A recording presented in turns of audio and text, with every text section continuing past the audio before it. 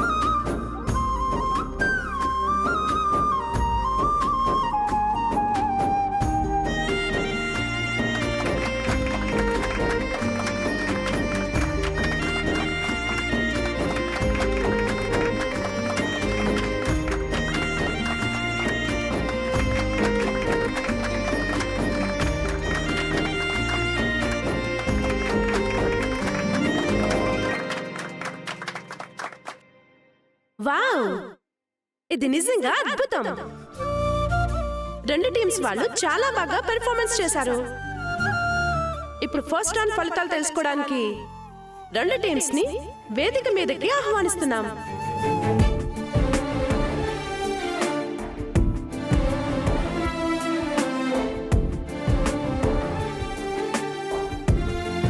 Judges, మీ opinion చెప్పండి.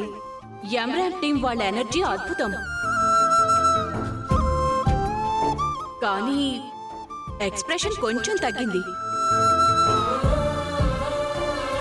అందుకే వాళ్ళకి మేమిస్తున్న పాయింట్స్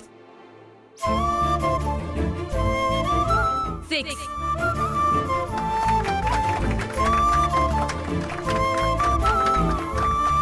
సంస్కృతి నృత్య కళాశాల వారు భరతనాట్యం యొక్క అసలు అర్థం అద్భుతంగా చూపించారు. అందుకే వాళ్ళకి మేమిస్తున్న పాయింట్స్ 9.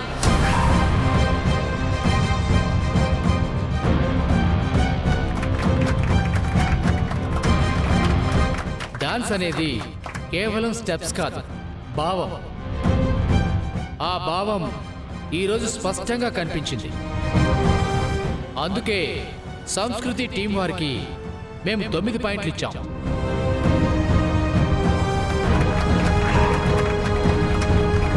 ఫస్ట్ రౌండ్ విజేత సంస్కృతి నృత్య కళాశాల టీం.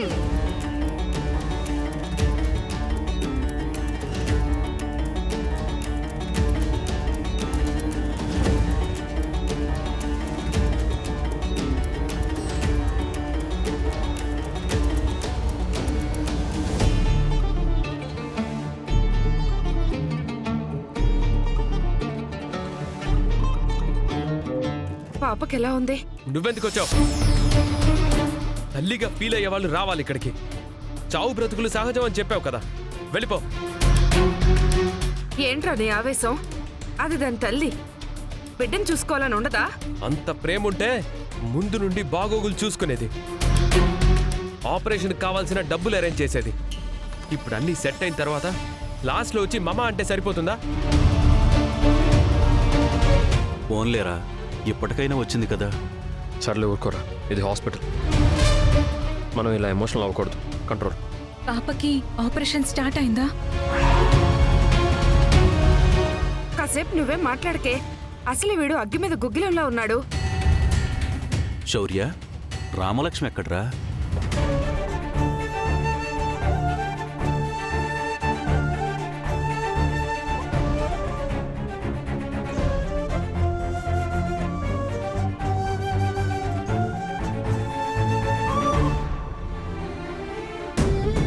స్వామి, బిడ్డలకే కష్టం వచ్చినా అమ్మతో చెప్పుకుంటారు. ఇప్పుడు పసిబిడ్డకి పెద్ద కష్టం వచ్చింది. నేను నీతో చెప్పుకుంటున్నాను. ఆ పాప తరపున నేను వేడుకుంటున్నాను. తన ప్రాణాలకి ప్రమాదం లేకుండా ఆ ఆపరేషన్ సక్సెస్ అయ్యేలా చేయి స్వామి.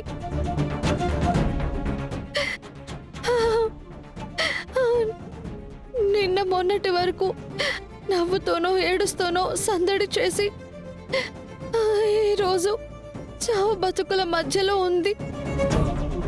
తన నా పరిస్థితుల్లో చూస్తుంటే గుండె తరుక్కుపోతుంది స్వామి.